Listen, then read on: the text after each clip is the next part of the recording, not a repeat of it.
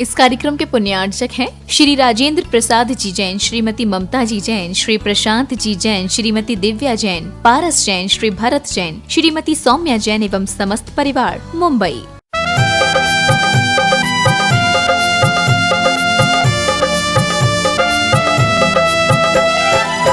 जिन शासन के नवाचार्य हैं, पूजे जिन्हें जग सारा है।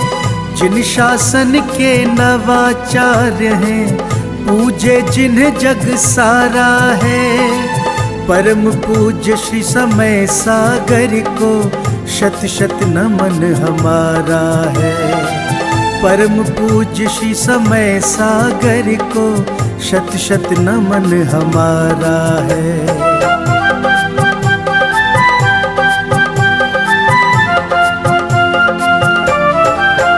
गुरुवर के पावन श्री मुख से जब अमृत की धार झरे, मंत्र मुग्ध हो जाए प्राणी, जीवन का कल्याण करे। गुरुवर के पावन श्री मुख से जब अमृत की धार झरे, मंत्र मुग्ध हो जाए प्राणी, जीवन का कल्याण करे। मोक्षदाहिनी वाणी उनकी ज्ञान की अविरल धारा है। परम पूज्य श्री समय सागर को शत शत नमन हमारा है। परम पूज्य श्री समय सागर को शत शत नमन हमारा है।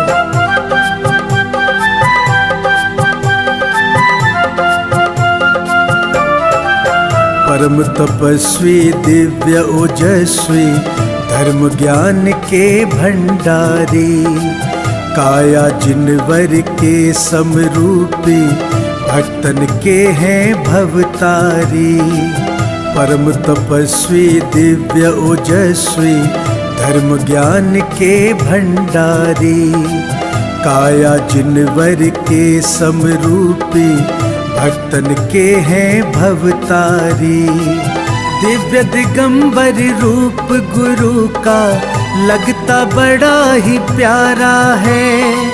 परम पूज्य श्री समय सागर को शत शत नमन हमारा है। परम पूज्य श्री समय सागर को शत शत नमन हमारा है।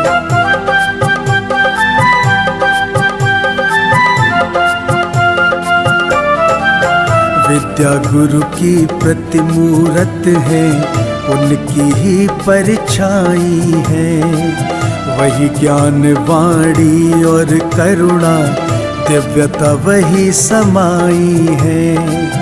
विद्या गुरु की प्रतिमूरत है, उनकी ही परछाई है। वही ज्ञान वाणी और करुणा, दिव्यता वही समाई है। जिन वाणी चैनल करे भाव से, नित गुणगान तुम्हारा है। परम पूज्य श्री समय सागर को शत शत नमन हमारा है।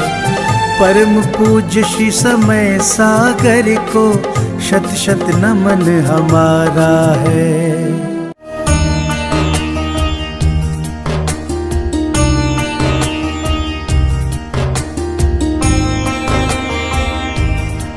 ओम नमः सिद्धेभ्यः। ओम नमः सिद्धेभ्यः। ओम नमः सिद्धेभ्यः। नमः श्री वर्धमानाय निर्धूतकलिलात्मने, सालोकानां त्रिलोकानां यद्विद्यादर्पणायते। अहिंसा परमो धर्म की, महावीर भगवान की। प्रातः स्मरणीय परम पूजाचार्य गुरुवर श्री विद्यासागर जी मुनि महाराज की जय।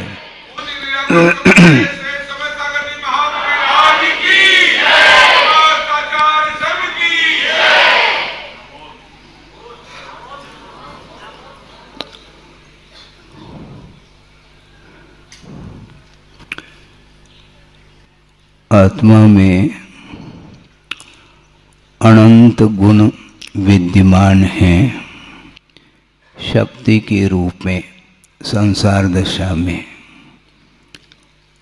और उन अनंत गुणों का अस्तित्व किस रूप में है उसका परिचय एकमात्र ज्ञान गुण के माध्यम से ही हुआ करता है।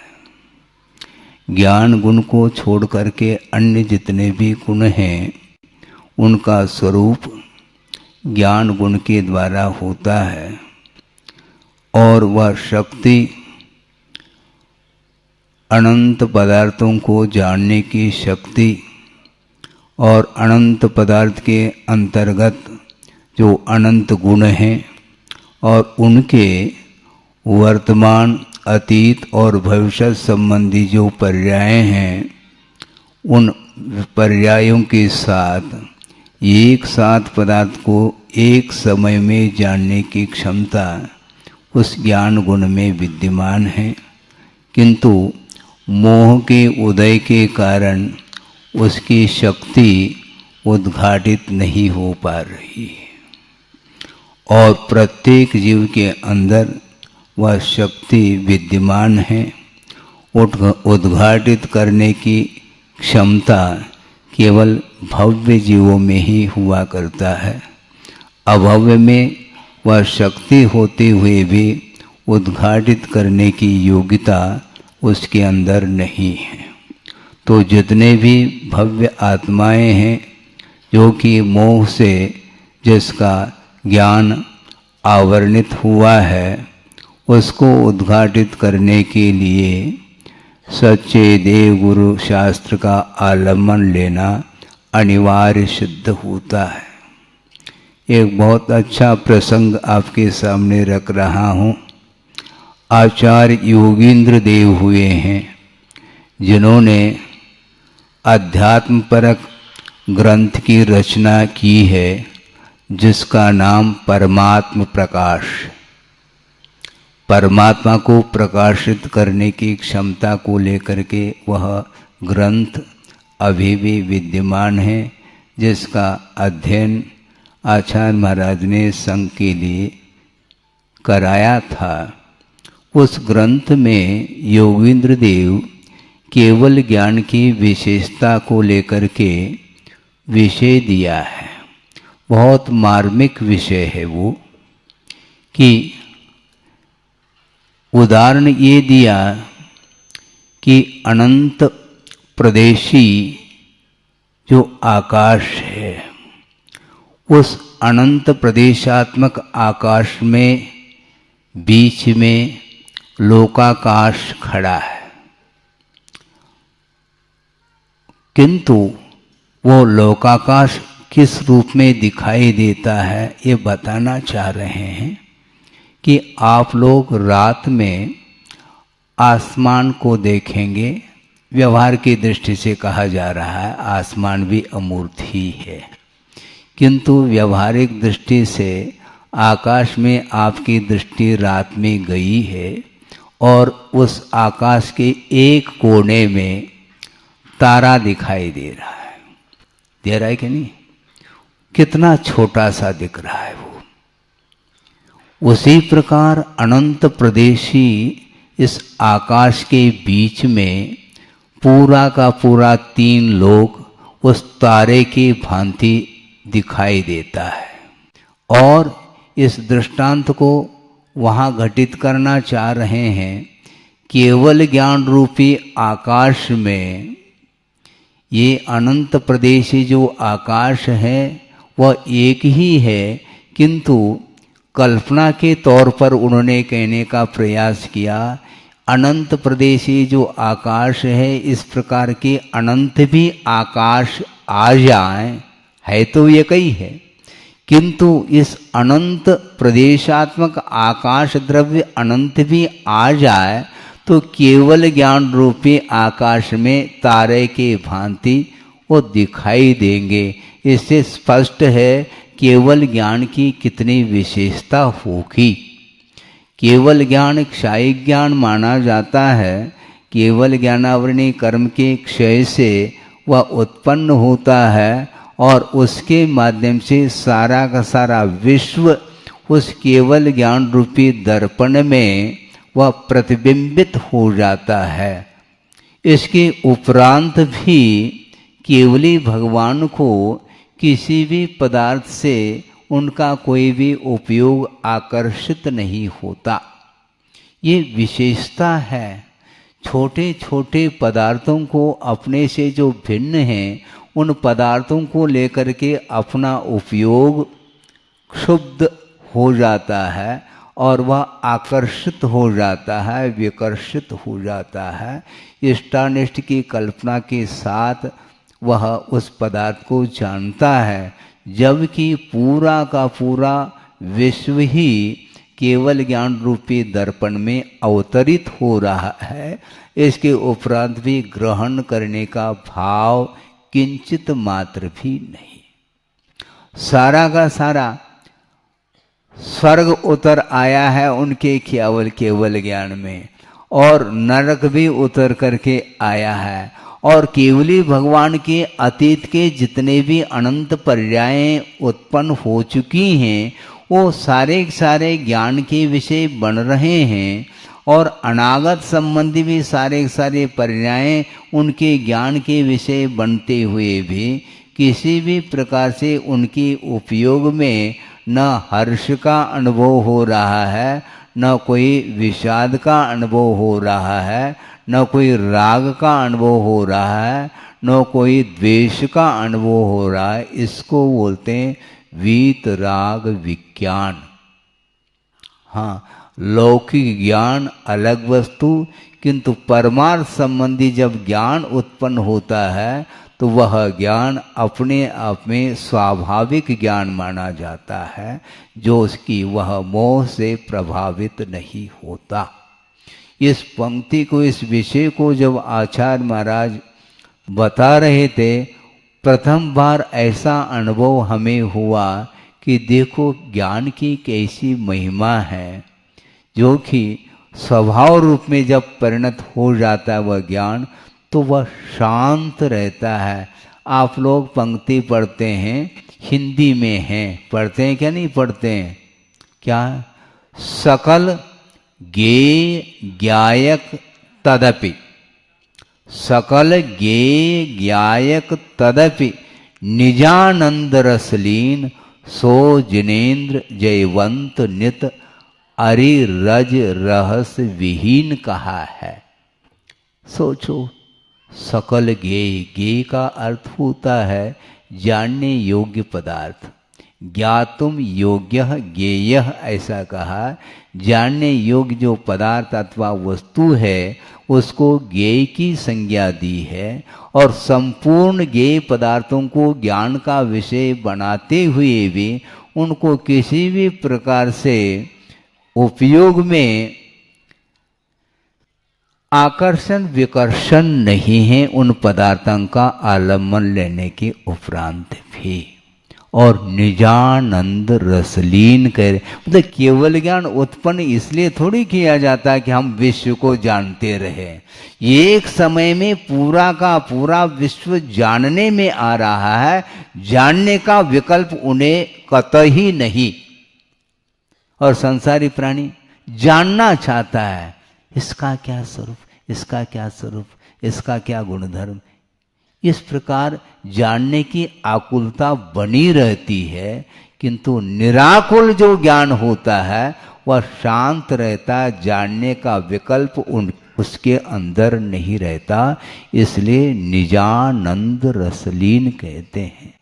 जबकि केवल ज्ञान होने के पूर्व में क्या स्थिति है ज्ञान की? देखो, वृषभनाथ भगवान को ही हम उदाहरण के रूप में सामने रखना चाहते हैं कि जिनकी आयु 84 लाख पूर्व की थी और उसमें से 83 लाख पूर्व तक कहाँ पर रहे?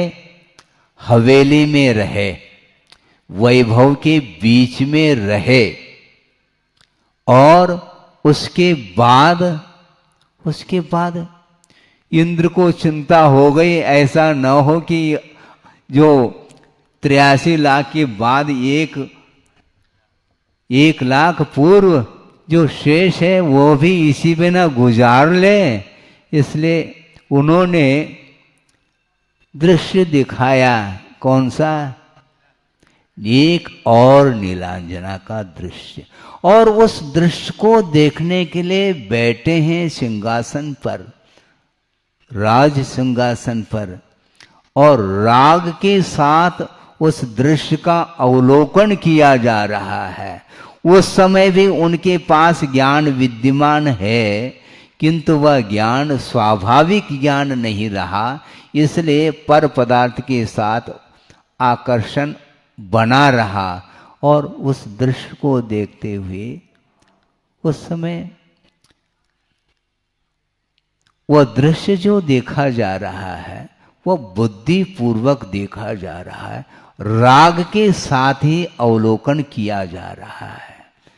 और जब वैराग्य उत्पन्न होता है उस दृश्य की क्षणभंगुरता को लेकर के, फिर दोबारा नहीं, वंस मोर नहीं, अब भाव वैराग्य हो गए। जब तक वैराग्य नहीं हुआ तब तक लोकांतिक देव नीचे नहीं उतरे। हालांकि प्रत्येक कल्याणक में सौधर्म इंद्र उपस्थित होता है महोत्सव करने के लिए, किंतु लोकांतिक देव न गर्भ कल्याणक में उपस्थित हो रहे हैं, न जन्म कल्याणक में, न केवल ज्ञान कल्याणक में, न निर्वाण कल्याणक में। किंतु वैराग का क्षण जब आ जाता है उस तप कल्याणक में अथवा दीक्षा कल्याणक में वो उपस्थित होते हैं और उस वैराग की सराहना करने के लिए, समर्थन करने के लिए वो उतरते हैं लोकांतिक देव। इसलिए स्वर्गों में जो लोकांतिक देव होते हैं उनकी एक विशेषता है, वे द्वादशांग के पाठी होते हुए भी वे सभी देवों में उनकी संज्ञा देवर्षि यह संज्ञा है, देवों में ऋषि के समान है। वैराग्य उनका उमड़ता रहता है। ये बात अलग है कि वहाँ पर इस प्रकार वैराग के भाव होते हुए भी संयम धारण करने के लिए वहाँ पर वातावरण नहीं है, और वह कर्म का एकमात्र उदय है इस ढंग का। इसलिए वहाँ पर जितना भी उनका काल है, कितना काल है? 8 सागर, लोकांतिका नाम अष्टौ सागरोपमानी सर्वेशाम, सर्वेशाम लोकांतिका नाम अष्टौ सागरोपमानी। 8 सागर की जिनकी आयु है और वह ब्रह्मचर्य के रूप में रहते हैं, वैराग्य उनका निरंतर बना रहता है। और जिनको वैराग्य उत्पन्न हुआ है उस वैराग्य की घड़ी में, उन क्षणों में वहाँ से उतर करके समर्थन करने के लिए, प्रशंसा करने के लिए वो उतरते हैं। अब देखो, जिस समय नीलांजना का दृश्य देख रहे हैं, प्रभु नहीं व्यवहार से कहने में आता है, वो कुमार हैं उस समय, सागर भी नहीं बने, वृषभ कुमार हैं। वृषभ सागर जब बन गए या बनने जा रहे हैं उस समय समर्थन करने के लिए वो आते हैं। इससे स्पष्ट है लोकांतिक देव यद्यपि असंयमी हैं, इसके उपरांत भी संयम का समर्थन करने के लिए यहाँ पर इस धरती पर उतर करके आते हैं। तो वैराग्य के अभाव में ज्ञान का कोई मूल्य नहीं है, इसलिए वह ज्ञान छोटे छोटे पदार्थों से वह आकर्षित होता चला जाता है। इससे स्पष्ट है जब तक संसारी प्राणी का ज्ञान मोह से प्रभावित रहता है तब तक न वस्तु तत्व का बोध उसे नहीं होता। सम्यक ज्ञान अलग वस्तु और वैराग्य के साथ संबंध रखने वाला से जो सम्यक ज्ञान है वह अलग ही क्वालिटी का होता है। सम्यक ज्ञान किसको बोलते हैं? जिसके पास सम्यक दर्शन है, वस्तु तत्व के प्रति श्रद्धान हो चुका है, इतना ही है वहां पर। किंतु चारित्र के अभाव में जो ज्ञान की परिणति है वह मात्र आस्था तक सीमित रहती है, किंतु जब वैराग्य उत्पन्न होता है तो वह प्रैक्टिकल पेपर देने के लिए आते हैं। वैराग्य ये थ्योरेटिकल नहीं है, प्रयोगात्मक धर्म इसी को बोलते हैं। तो जब तक ज्ञान नहीं होता, सम्यक ज्ञान होने के उपरांत भी जब तक पद पदार्थ के पर पदार्थ के प्रति आकर्षण बना रहता है, तब तक वह चारित्र की ओर कदम नहीं बढ़ाता है। किंतु जब वैराग्य हो जाता है तो सारा का सारा संसार असार नजर आता है। उसके पहले तो सब सार के रूप में नजर आता था। इससे स्पष्ट है कैसी क्षमता है संसारी प्राणी के भीतर भी केवल ज्ञान को प्रकट करने की शक्ति विद्यमान होने के उपरांत भी एक ऐसी अद्भुत अपूर्व शक्ति है जिस शक्ति ने केवल ज्ञान को तिरोहित कर रखा है। वो कौन है? वो कर्म है, मोहनी कर्म। आठों कर्म में वह मोह राजा माना जाता है और उस मोहनी कर्म के ऊपर कुठाराघात किए बिना केवल ज्ञान कभी भी प्रकट नहीं हो सकता। इसलिए आपको क्या प्रकट करना है? बोलो। है केवल यानी मात्र, और कुछ नहीं।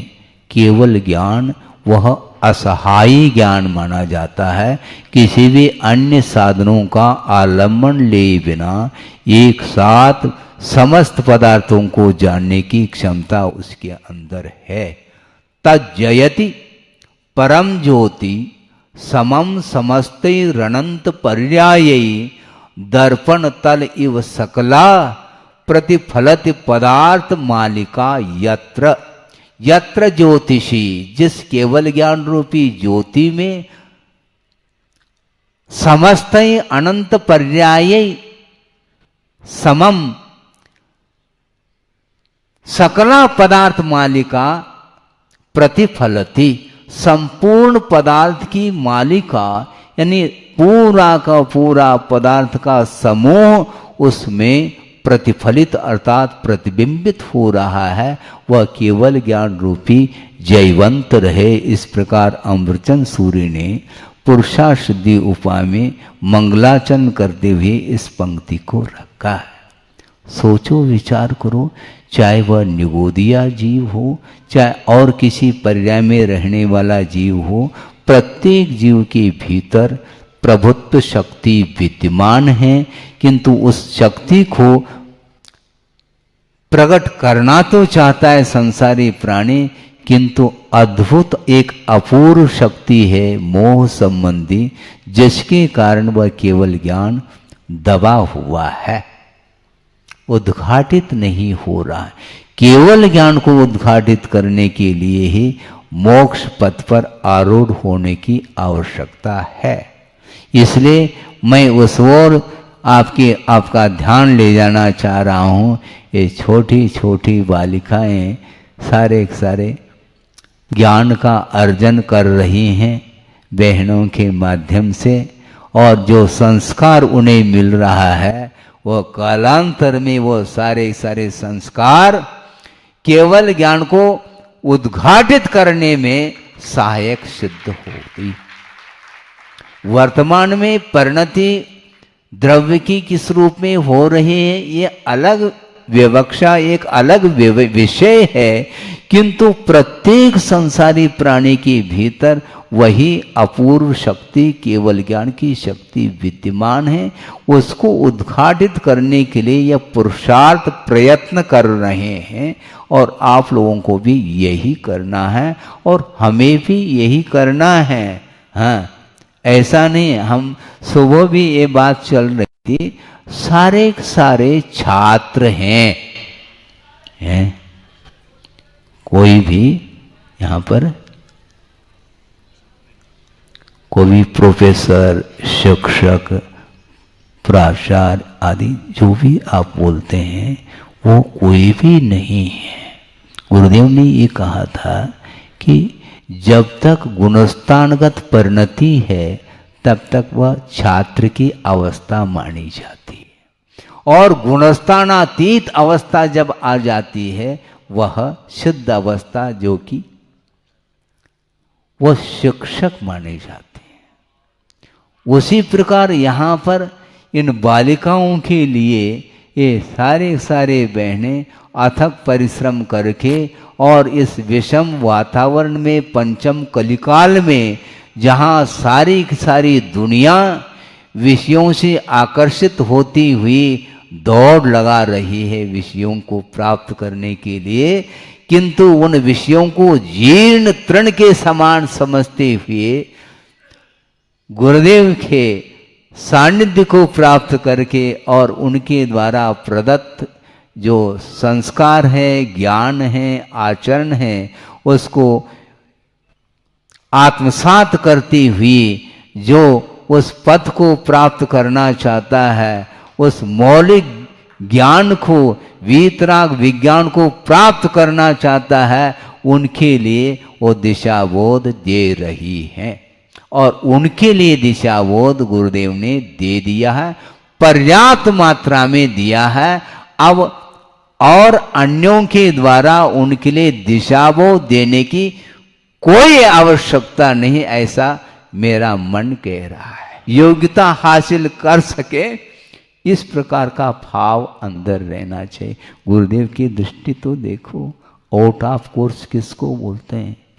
कर्तव्य के क्षेत्र में भी आउट ऑफ कोर्स आ सकता है। हाँ, ये विभाजित है सुव्यवस्थित रूप से। जैसे समझने के लिए हम ये शिक्षिकाएं बैठे, बहनें बैठे, उन्हीं के सामने ये भाव रखना चाहता हूँ। विषय हैं तो उन विषयों में जो पारंगत हैं वो उसी विषय का अध्ययन कराएंगे, पढ़ाएंगे। अन्य विषय संबंधी उनका कोई भी उसमें थोड़ा बहुत ज्ञान रखना अलग वस्तु, किंतु उसमें स्पेशलाइजेशन जिसको आप लोग बोलते हैं, पारंगत हैं, विशेषज्ञ हैं, वो उसी विषय को वो देखेंगे। अन्य विषय संबंधी उनका कोई भी उसमें विषय नहीं रहता। इस प्रकार करने से सुव्यवस्थित ढंग से कार्य होता है।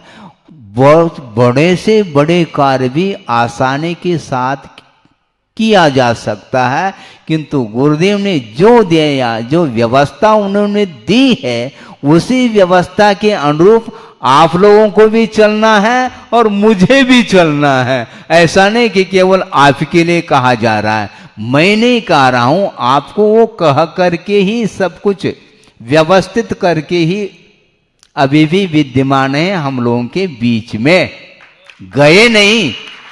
हाँ, व्यवस्थित किया है और व्यवस्थित काम चल रहा है क्या नहीं चल रहा है वो देख रहे हैं। हाँ, क्योंकि लोक के बाहर नहीं है, वो ध्यान रखो, इस लोक के बीच में है। अनंतानंत सिद्ध परमेष्टि भी लोकाकाश के बाहर नहीं, लोक के अग्रभाग पर है। उसी प्रकार लोक के बीच में गुरुदेव विराजमान हैं, और जहाँ पर भी वो हैं वो आपको देख रहे हैं आप सुव्यवस्थित ढंग से चल रहे हैं क्या नहीं चल रहे हैं। यदि नहीं चल रहे हैं तो वो वहीं से आपको अलर्ट करेंगे, इस ढंग से चलो, इस ढंग से चलो। भले ही कहने वाले व्यवहार से कोई भी कह सकते हैं, ये अलग वस्तु, किंतु हम अपने तरफ से नहीं कहेंगे। उन्होंने जो कहा है उसी को हम रिपीट करते चले जाएंगे और आपको डिलीट नहीं करना है। हाँ। उन्होंने जो भी कहा है उसको मैं पुनरावृत्ति करता चला जाऊंगा। इसी को अनुप्रेक्षा बोलते हैं। मुहुर्मुहुर् चिंतनम पुनर्चिंतनम वा इति अनुप्रेक्षा।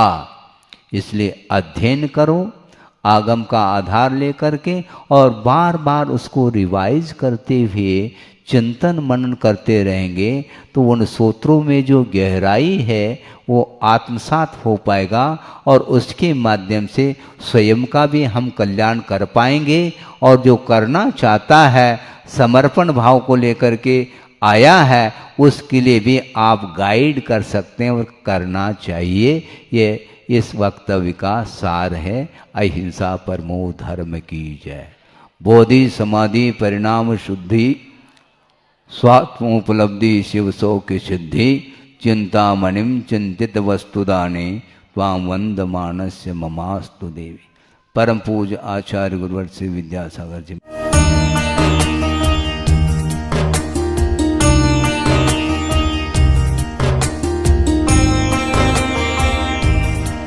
परम पूज्य संत शिरोमणि आचार्य श्री विद्यासागर जी महाराज भारतीय श्रमण संस्कृति के एक ऐसे महान साधक थे जिनके ज्ञान, ध्यान और तप की चर्चा युगों युगों तक सारे विश्व में होती रहेगी। किसी ने उन्हें चलता फिरता तीर्थ कहा तो किसी ने तीर्थंकर, पर सच में तो वे चारित्र, ज्ञान, तप और वात्सल्यता में ऐसे श्रेष्ठ संत थे जिन्होंने भारतीय संस्कृति के संरक्षण और संवर्धन के साथ साथ सदैव सामाजिक समरसता का पक्ष लिया और अपने प्रभाव और प्रताप से जैन ही नहीं बल्कि विभिन्न धर्मों को मानने वाले लाखों करोड़ों लोगों के दिलों में अपना स्थान बना लिया। किंतु आज जब आचार्य भगवान देह रूप में हमारे साथ नहीं हैं, लेकिन उनके जैसे ही कठोर तपश्चर्या एवं प्रबल अनुशासन से पल्लवित संस्कारों की झलक देखने को मिलती है, उनके प्रथम आज्ञानुवर्ती शिष्य परम पूज्य नवाचार्य श्री 108 समय सागर जी महाराज में, जो उनके बताए मार्ग पर चलते हुए आज विश्व में धर्म की महती प्रभावना कर रहे हैं। आइए देखते हैं संत शिरोमणि आचार्य श्री 108 विद्यासागर जी महाराज के जन्म के 12 वर्ष बाद उन्हीं पुण्यवान माता के गर्भ से शरद पूर्णिमा के ही पावन पर्व पर जन्मे परम पूज्य नवाचार्य श्री 108 समय सागर जी महाराज की संयम पूर्ण जीवन यात्रा। आचार विचार हो या व्यवहार, तपश्चरण हो या संस्कार या फिर हो व्यक्तित्व की बात, परम पूज्य नवाचार्य श्री 108 समय सागर जी महाराज प्रत्येक दृष्टि से साक्षात आचार्य भगवान की प्रतिलिपि कहे जा सकते हैं। और हो भी क्यों ना, आखिर जन्म देने वाले माता पिता तो एक ही हैं, और फिर इसे एक विचित्र संयोग कहें या फिर मलप्पा जी और श्रीमती जी के पूर्व भवों का पुण्योदय, जो उन्हें 27 अक्टूबर सन 1958 को शरद पूर्णिमा के ही पावन पर्व पर पुनः एक बालक के माता पिता बनने का सौभाग्य प्राप्त हुआ। 6 भाई बहनों में सबसे छोटे किंतु शांत प्रवृत्ति के इस बालक का नाम शांतिनाथ रखा गया। शांतिनाथ जैन बाल्यावस्था से ही पढ़ने लिखने में तो कुशाग्र थे ही, लेकिन जैसे जैसे समय बीतता गया वैसे वैसे उनकी रुचि धर्म और आध्यात्म में बढ़ने लगी, और इसी अभिरुचि के कारण ही मात्र 17 साल की उम्र में ही शांतिनाथ जा पहुँचे राजस्थान स्थित श्री महावीर जी में विराजमान आचार्य श्री विद्यासागर जी की शरण में, जहां 2 मई 1975 को आचार्य श्री ने शांतिनाथ जी की प्रार्थना स्वीकार कर उन्हें ब्रह्मचर्य व्रत दे दिया। ब्रह्मचर्य व्रत धारण करते ही ब्रह्मचारी शांतिनाथ जी दिन रात गुरु सेवा और धर्म ध्यान में तल्लीन हो गए। संयम व्रत को धारण कर तप और साधना के निर्मल पथ पर चल रहे ब्रह्मचारी शांतिनाथ ने केवल 5 वर्ष की अल्प अवधि में ही वैराग्य पद के विभिन्न सोपानों को पार कर अपनी योग्यता से आचार्य भगवान को प्रभावित कर लिया, जिसका पारितोषिक मिला उन्हें मुनि दीक्षा के रूप में। 8 मार्च 1980 को मध्य प्रदेश के छतरपुर स्थित श्री दिगंबर जैन सिद्ध क्षेत्र द्रोणगिरी में आचार्य श्री विद्यासागर जी महाराज ने उन्हें मुनि दीक्षा प्रदान कर दिगंबर मुद्रा का पूर्ण साधक घोषित कर दिया और नाम दिया मुनि श्री समय सागर जी महाराज। मुनि दीक्षा के उपरांत मुनि श्री समय सागर जी महाराज ने कुछ वर्षों तक आचार्य श्री के संग में रहकर अध्ययन और अध्यापन किया। तत्पश्चात गुरु आज्ञा से पृथक संघ के नायक बनकर देश भर में विहार करते हुए धर्म प्रभावना करने लगे। अपने सानिध्य में कई पंच कल्याणक एवं विधान आदि धार्मिक अनुष्ठान संपन्न कराने के साथ ही उन्होंने अपनी लेखनी से कन्नड़, हिंदी, संस्कृत और मराठी भाषाओं में कई शास्त्रों की रचनाएं भी की। सन 2018 में ललितपुर में हुए पंच कल्याणक के दौरान आचार्य कुंद के नियमसार में वर्णित निर्यापक श्रवण की व्यवस्था का उल्लेख करते हुए आचार्य विद्यासागर जी महाराज ने मुनिश्री समय सागर जी महाराज को निर्यापक पद की उपाधि प्रदान कर संघ में नवदीक्षित मुनिराजों के निर्वाह का उत्तरदायित्व सौंप दिया। आचार्य कुंद देव ने यह बात बहुत स्पष्ट लिखी है, वह बात आप लोगों को समझ में आना चाहिए। जो दीक्षित करते हैं वे आचार्य कहलाते हैं, और इसके उपरांत जो नव में नए दीक्षित होते हैं उनके निर्वाह करने के लिए निर्यापक, हाँ आचार्य तो नहीं लिखा लेकिन निर्यापक श्रमण का वह रूप दिया है उन्होंने। ये निर्यापक का अर्थ यह है जैसे आचार्य महाराज कहते हैं उसके अनुसार जिनको ये दिया जाता है। ये लोग बहुत विलम्ब कर रहे थे, तो हमें भी ज़्यादा आग्रह करना अच्छा नहीं समझ में आया कि समय पर सब हो जाएगा। वह ललितपुर में योग था और आज आप लोगों के सामने हुआ है कि ये जितने भी नए श्रमण बने हैं ये इनके लिए प्रशिक्षण देने का श्रेय जाता है समय सागर निर्यापक को। कौन चाहता है जिम्मेदारी लेना, लेकिन वे लेना तो पड़ेगा। तो समय सागर जी को बहुत आग्रह करना पड़ा। 40 साल होने के उपरांत हाउ कहा है।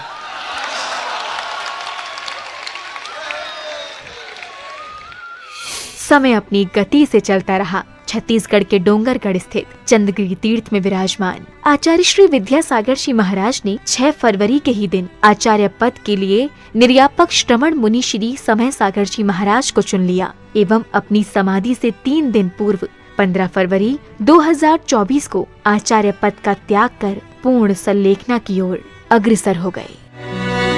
आचार्य भगवान की आज्ञानुसार निर्यापक श्रमण मुनिश्री समय सागर जी महाराज ने 16 अप्रैल 2024 को दमोह के कुंडलपुर में समस्त आचार्य संघ एवं देश भर के जैन समाज की उपस्थिति में पूज्य गुरुदेव के उत्तरदायित्वों के निर्वहन के लिए आचार्य पद स्वीकार कर लिया। पूज्य नवाचार्य समय सागर जी महाराज की। अंततः ये कहा जा सकता है कि आज का दिन केवल एक पर्व ही नहीं बल्कि स्वर्णिम अक्षरों से लिखित एक ऐसा अध्याय है जो विश्व के धार्मिक इतिहास में सदा ही अमर रहेगा।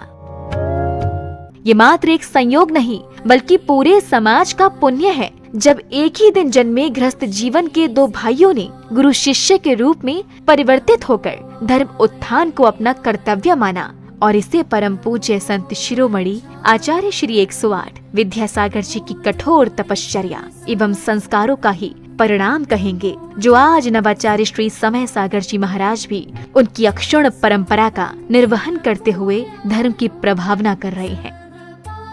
आज पूरे विश्व का जैन समाज ये आशा कर रहा है कि परम पूज्य नवाचार्य श्री समय सागर जी महाराज भी संत शिरोमणि आचार्य श्री विद्यासागर जी महाराज के बताए मार्ग पर चलकर उन्हीं की भांति धर्म उत्थान का कार्य करते हुए समाज को एक नई दिशा प्रदान करेंगे।